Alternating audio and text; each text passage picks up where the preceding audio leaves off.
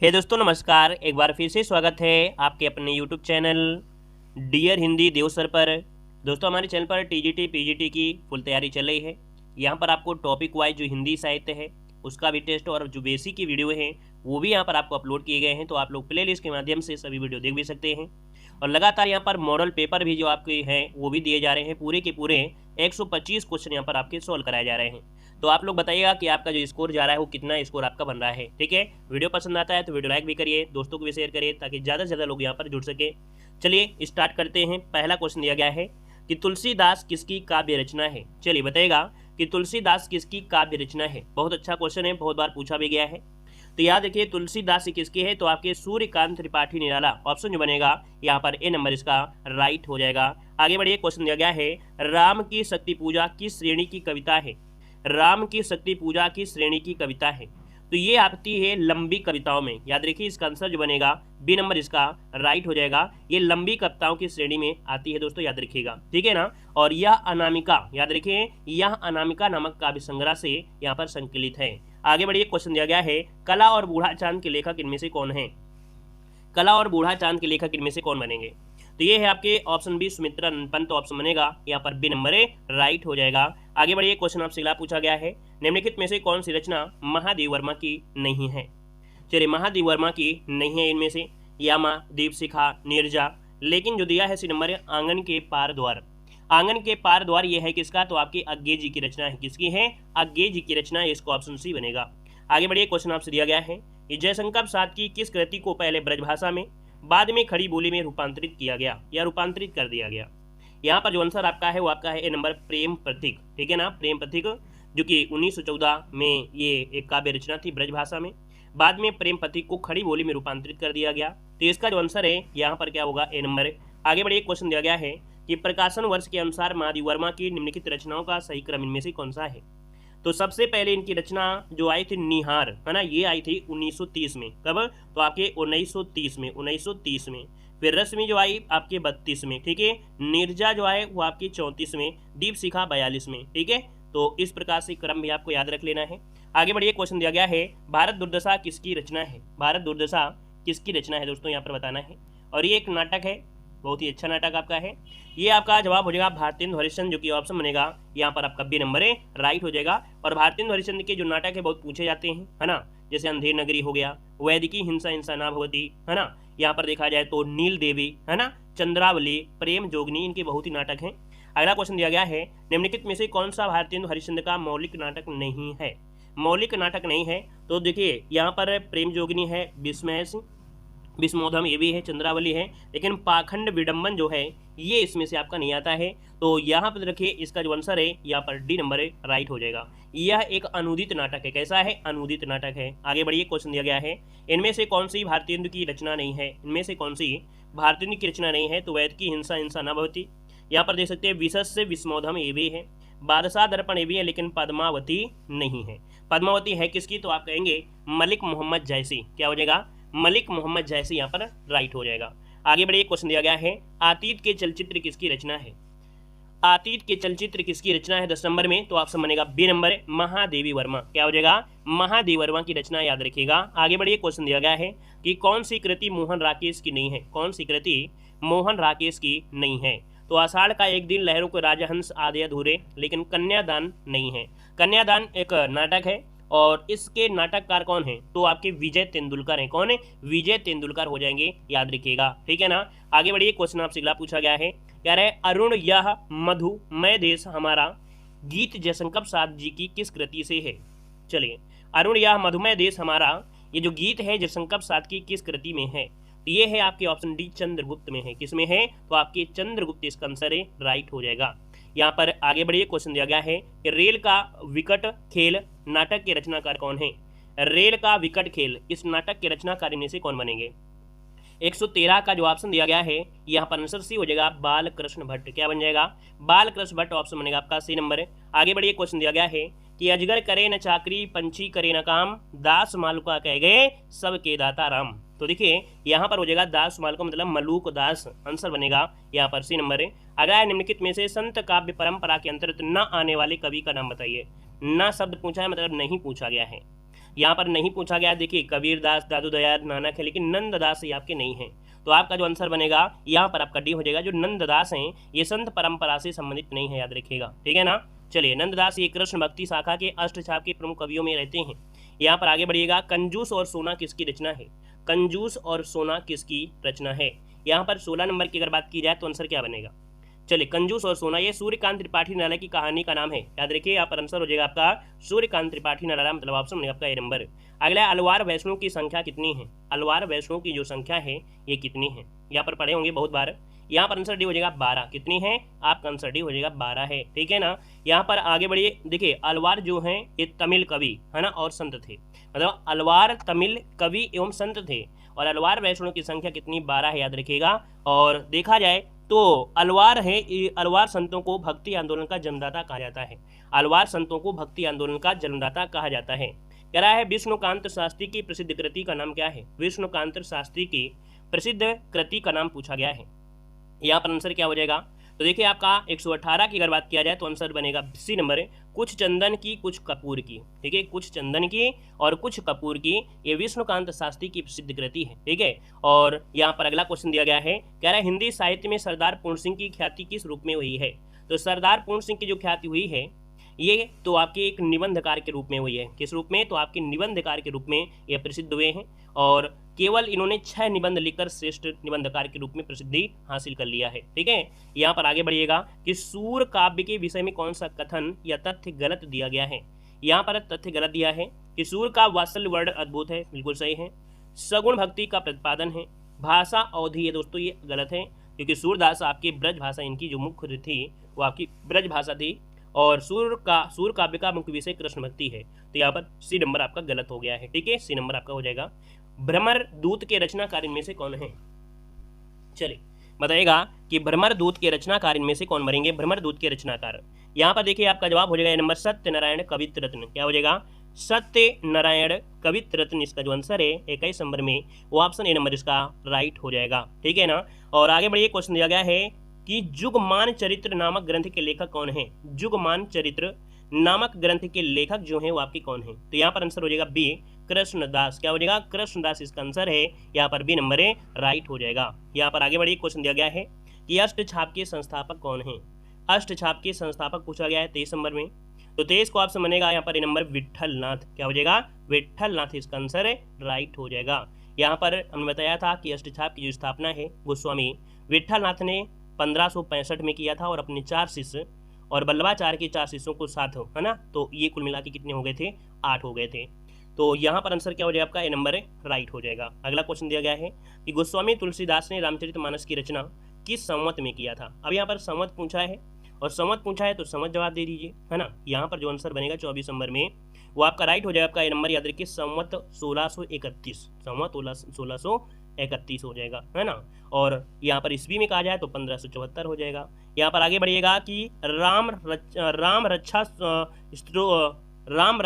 स्तोत्र रचना के लेखक इनमें से कौन है? इस रचना के रचनाकार है, याद रखिए, ऑप्शन डी रामानंद है। ऑप्शन डी हो जाएगा, रामानंद हो जाएगा। अगला क्वेश्चन दिया गया है कि रामचरितमानस के उत्तरकांड के संबंध में असत्य कथन का चयन करना है। तो देखिए, उत्तरकांड में पहला पॉइंट दिया, इसमें राम के लोकाश्रयी आनंद का चित्रण हुआ है। यह कवि की कालजयी रचना का समापन बिंदु है, ये आपसे कह रहा है। तो दोस्तों 26 नंबर में यही आपका गलती है कि यह कवि की जो कालजयी रचना का समापन बिंदु है, ये गलत है ना। अदर आपके यहाँ पर सही दिए गए हैं, यहाँ पर ये गड़बड़ी आपकी है, बी नंबर गलत दिया गया है। अगला क्वेश्चन दिया गया है, कह रहे साधना की 4 अवस्थाओं शरीयत, तरीकत, मारिफत और हकीकत का जो संबंध है किससे है? इनका जो संबंध है ये है किससे? तो संबंध हो जाएगा बी नंबर, ये सूफी साधना से हैं। किससे हैं? सूफी साधना से जुड़े हैं। ऑप्शन बनेगा यहाँ पर आपका बी नंबर है, राइट हो जाएगा, ठीक है। आत्मा और ईश्वर में कोई अंतर नहीं है दोस्तों। यहाँ पर आगे बढ़िए, अगला क्वेश्चन दिया गया है कि आचार्य रामचंद्र शुक्ल ने किस ग्रंथ को सूफी काव्य पद्धति का अंतिम ग्रंथ माना है? और ऐसे क्वेश्चन आपको जरूर पढ़ना है। यहाँ पर इंद्रावती इसका आंसर राइट हो जाएगा। और ऐसा वीडियो हमने अपलोड कर दिया है ना, हिंदी में कौन क्या है ये आप लोगों देख सकते हैं, प्ले लिस्ट में मिल जाएगा। अगला है कि बाजे पायलिया के घुंघरू के लेखक इनमें से कौन है? बाजे पायलिया के घुंघरू के लेखक इनमें से कौन बनेंगे? तो 29 का ऑप्शन क्या बनेगा? ए नंबर हो जाएगा कन्हैया लाल मिश्र प्रभाकर। ऑप्शन बनेगा यहाँ पर ए नंबर। अगला क्वेश्चन है माटी की मूर्तें की विधा है। माटी की मूर्तें जो है एक ऐसी विधा है, तो ये संस्मरण है। क्या है? संस्मरण है, ऑप्शन ए बन जाएगा। अगला है वियोग श्रृंगार का प्रधान मुक्तक कवि कौन है? वियोग श्रृंगार का प्रधान मुक्तक कवि इनमें से क्या बनेगा? तो जवाब हो जाएगा घनानंद। क्या हो जाएगा? घनानंद। वियोग श्रृंगार का प्रधान मुक्तक कवि कौन है? तो घनानंद इसका आंसर ये बन जाएगा। अगला क्वेश्चन दिया गया है कि द्रग अरुझत टूटत कुटुंब जुरत चतुर चितप्रीत, यह कथन किसका है? यह कथन किसका है? 32 नंबर का ऑप्शन आपका नंबर बिहारी का है। किसका है? ये बिहारी का है और बहुत बार ये पंक्ति पूछी गई है। अगला है इनमें से किस कवि को प्रेमिका का नाम किस कवि की प्रेमिका का नाम सुजान था?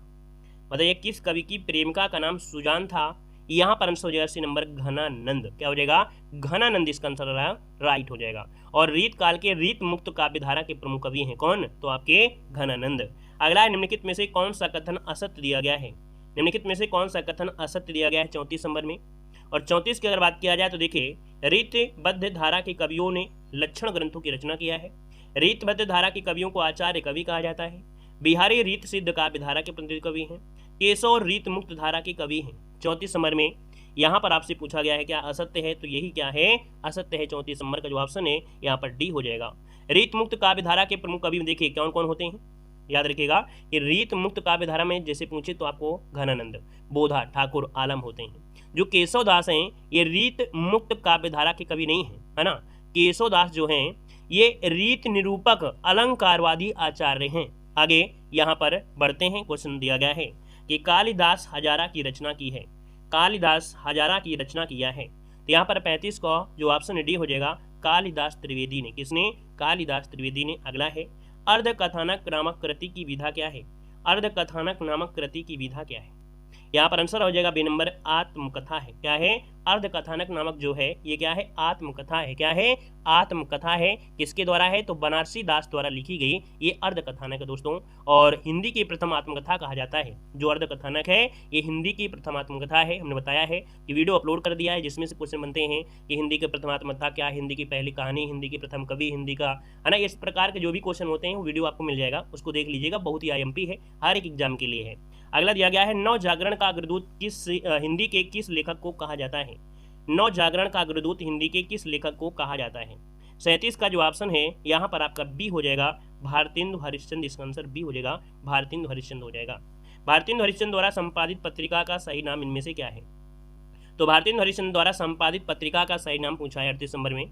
तो ऑप्शन हो जाएगा आपका ए नंबर बाला बोधनी। क्या हो जाएगा? बाला Bodhani. Option A number right हो जाएगा, बाला बोधनी हो जाएगा। ठीक है, यहाँ पर आगे बढ़िए। क्वेश्चन आपसे अगला पूछा गया है, कह रहा है हिंदी नवरत्न के लेखक इनमें से कौन है? हिंदी नवरत्न के लेखक आपसे पूछा गया है। और हिंदी नवरत्न के जो लेखक इनमें से बनेंगे वो आपके इनमें से क्या हो जाएंगे? तो आपका 39 का जो ऑप्शन बनेगा वो आपका सी हो जाएगा मिश्र बंधु। क्या हो जाएंगे? मिश्र बंधु इसका आंसर है राइट हो जाएगा। मिश्र बंधुओं द्वारा ये लिखी गई थी। और अगला क्वेश्चन आपसे दिया गया है कि हिंदी साहित्य का आधा इतिहास निम्नलिखित में से किसके द्वारा लिखा गया है? हिंदी साहित्य का आधा इतिहास किसके द्वारा लिखा गया है? देखिए 40 नंबर की अगर बात किया जाए तो यहाँ पर आंसर आपका बी हो जाएगा डॉक्टर सुमन राजे के द्वारा। किसके द्वारा? डॉक्टर सुमन राजे। यहाँ पर इसका आंसर है राइट हो जाएगा। ये 2003 में ये ग्रंथ लिखा गया था।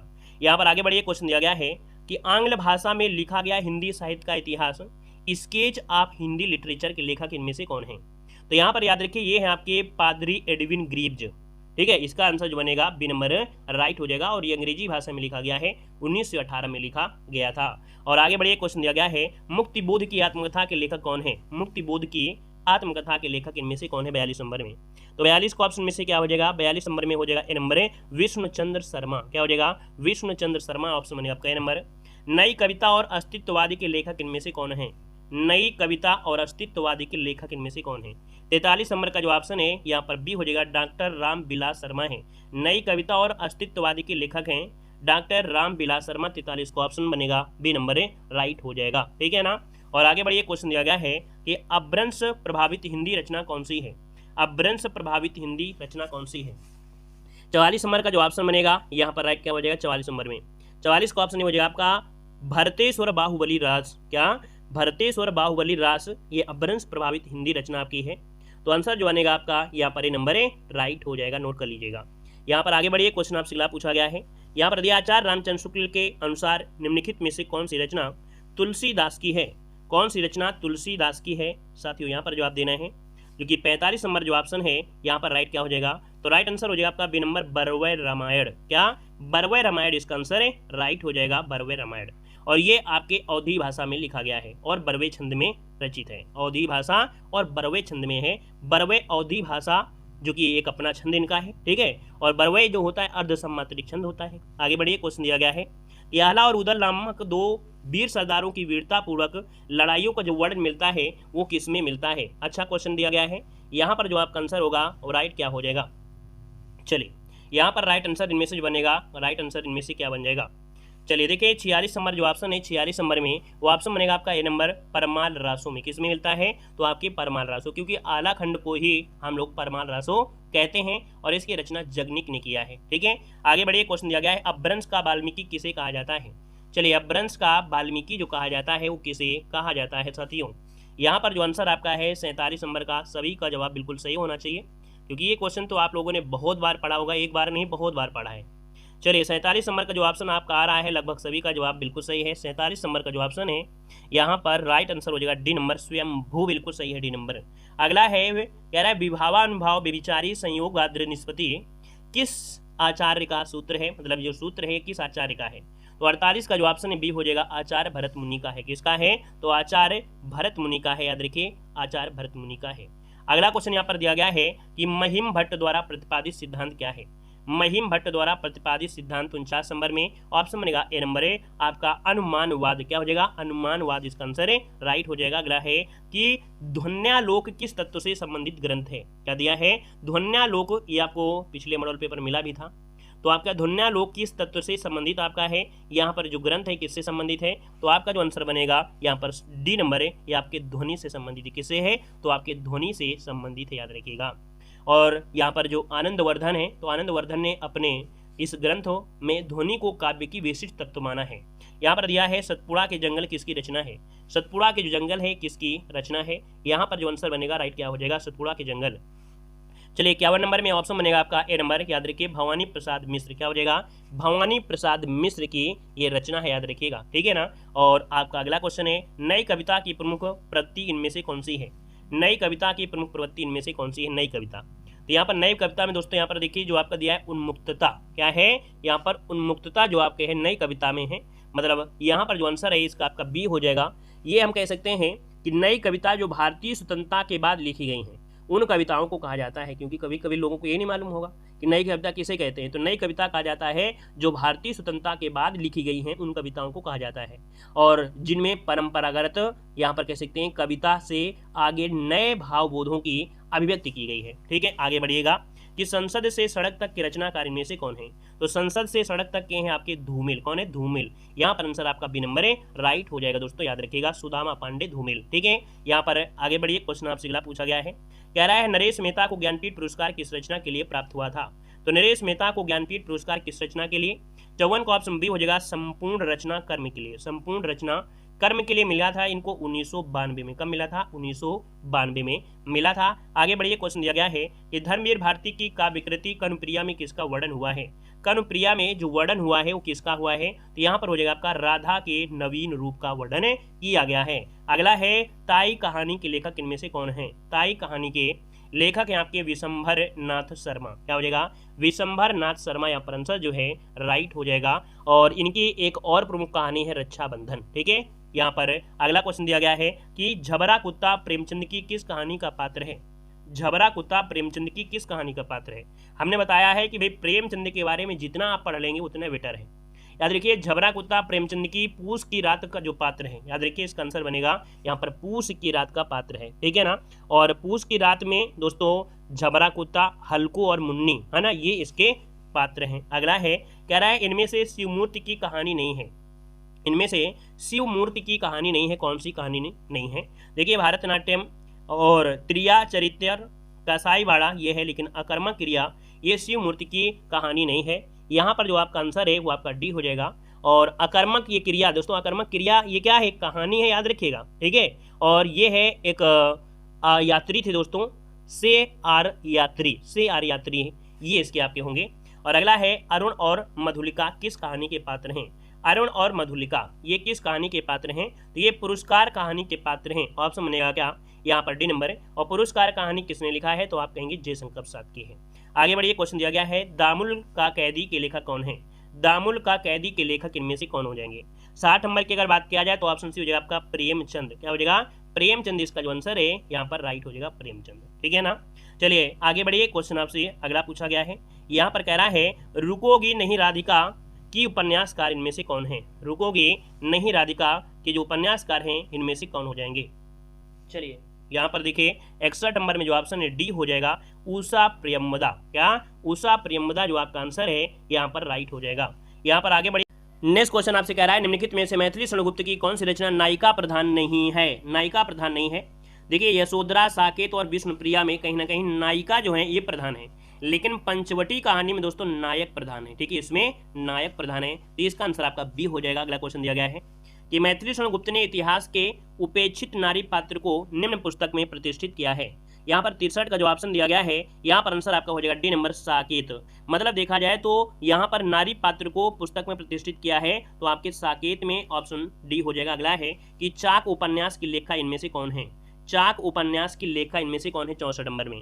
और 64 का जो ऑप्शन है यहाँ पर ये हो जाएगा मैत्री पुष्पा। क्या हो जाएगा, मैत्री पुष्पा यहाँ पर आंसर है राइट हो जाएगा। आगे बढ़िए, यहाँ पर दिया है कि इंद्रजाल जोशी के उपन्यास जहाज का पंछी को किस श्रेणी में रखा जा सकता है। तो दोस्तों आपका आंसर हो जाएगा यहाँ पर डी नंबर है आत्मकथात्मक। किस में रख सकते हैं, तो आत्मकथात्मक में रख सकते हैं दोस्तों, याद रखिएगा। और मतलब इलाचंद जोशी के और भी उपन्यास हैं जैसे सन्यासी, पर्दे की रानी, प्रेत और छाया, है ना। आगे बढ़िए, क्वेश्चन दिया गया है कि दहेज और बेमेल विवाह की समस्या प्रेमचंद ने अपने किस उपन्यास में उठाई है। तो दोस्तों इन्होंने उठाया है आपके निर्मला में। किस में उठाया है, निर्मला में उठाया। निर्मला में दहेज और विमेल विवाह की समस्या को उठाया है, तो यहाँ पर जो आंसर होगा आपका डी नंबर है राइट हो जाएगा। यहाँ पर जो सेवा सदन है दोस्तों, सेवा सदन ये वेश्या जो होती वेश्याएं उनके जीवन पर आधारित, कभी कभी पूछ सकता है कि प्रेमचंद का कौन सा उपन्यास जो वेश्याओं पर आधारित है वो आपका सेवा सदन है। अगला दिया गया मैला आंचल उपन्यास के लेखक कौन है। तो भाई आप जानते हैं फणीश्वर नाथ जो कि आंचलिक उपन्यासकार हैं, यहाँ पर डी हो जाएगा। अगला निम्नलिखित में से किस उपन्यास में मृणाल की आत्मपीड़ा का चित्रण किया गया है।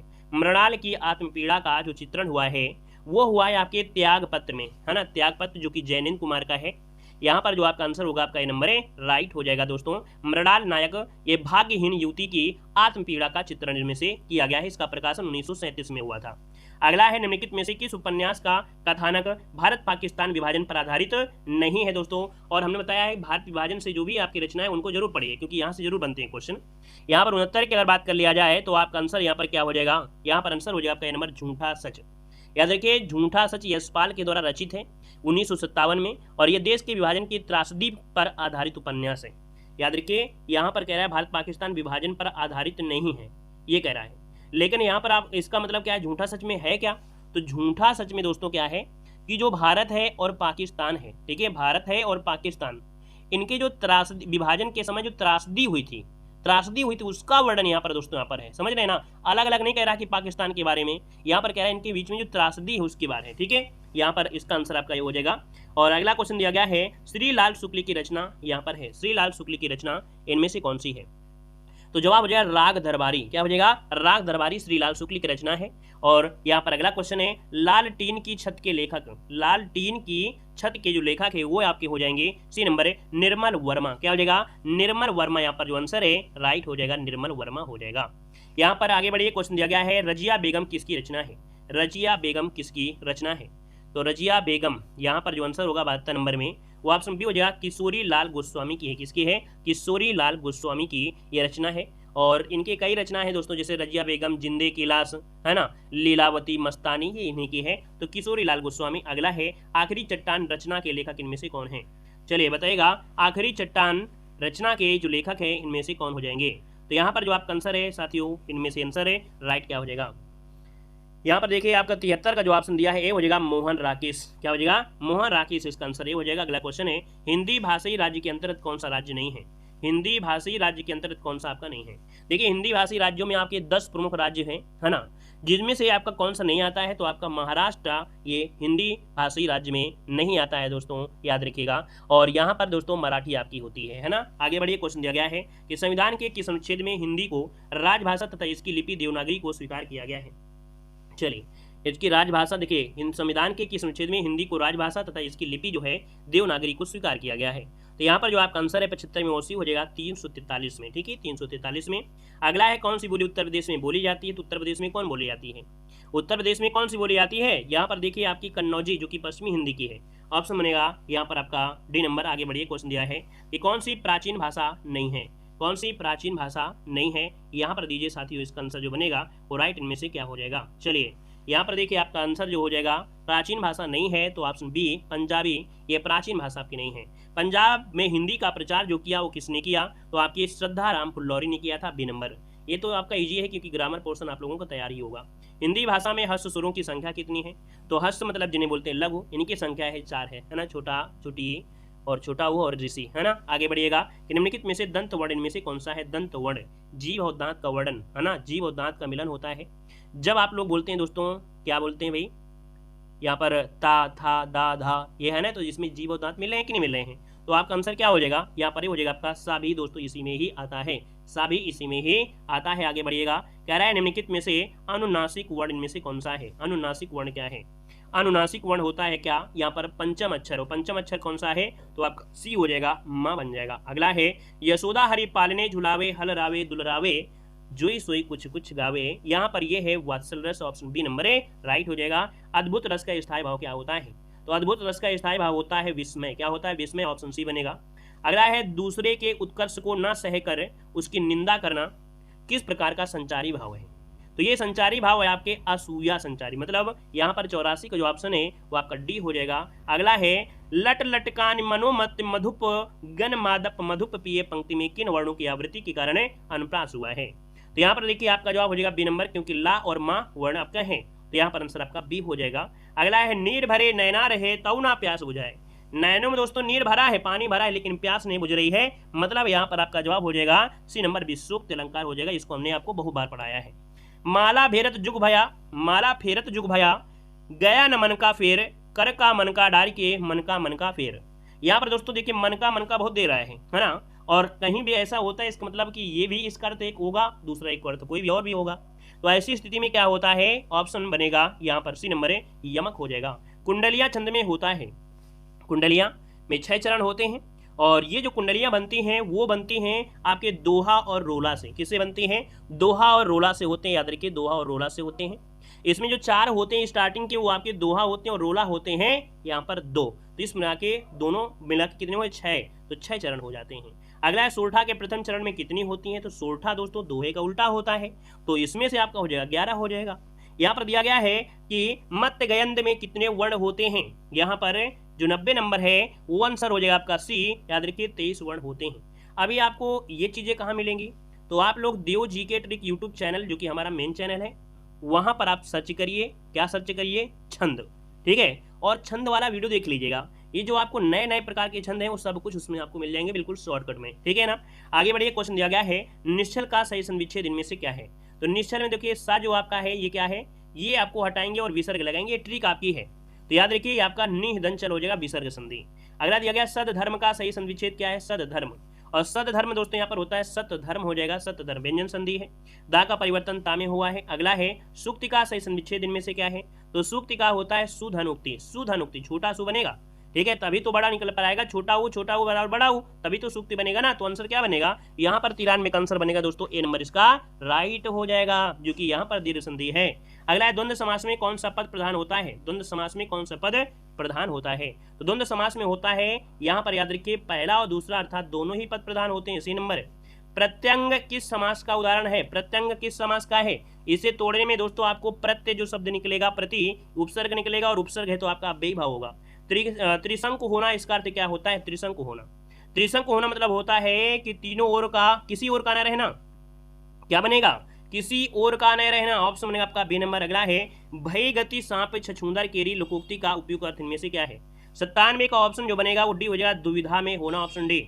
अगला है घाट घाट का पानी पीना मुहावरे का सही अर्थ क्या है, तो घाट घाट का पानी पीना मतलब होता है क्या, अनेक क्षेत्रों का अनुभव होना, जीवन में स्थिरता का अभाव, दर दर भटकना, परोपकार के लिए यहाँ वहाँ घूमना, ये तो होगा नहीं, तो 98 का ऑप्शन ये हो जाएगा, अनेक क्षेत्रों का अनुभव होना।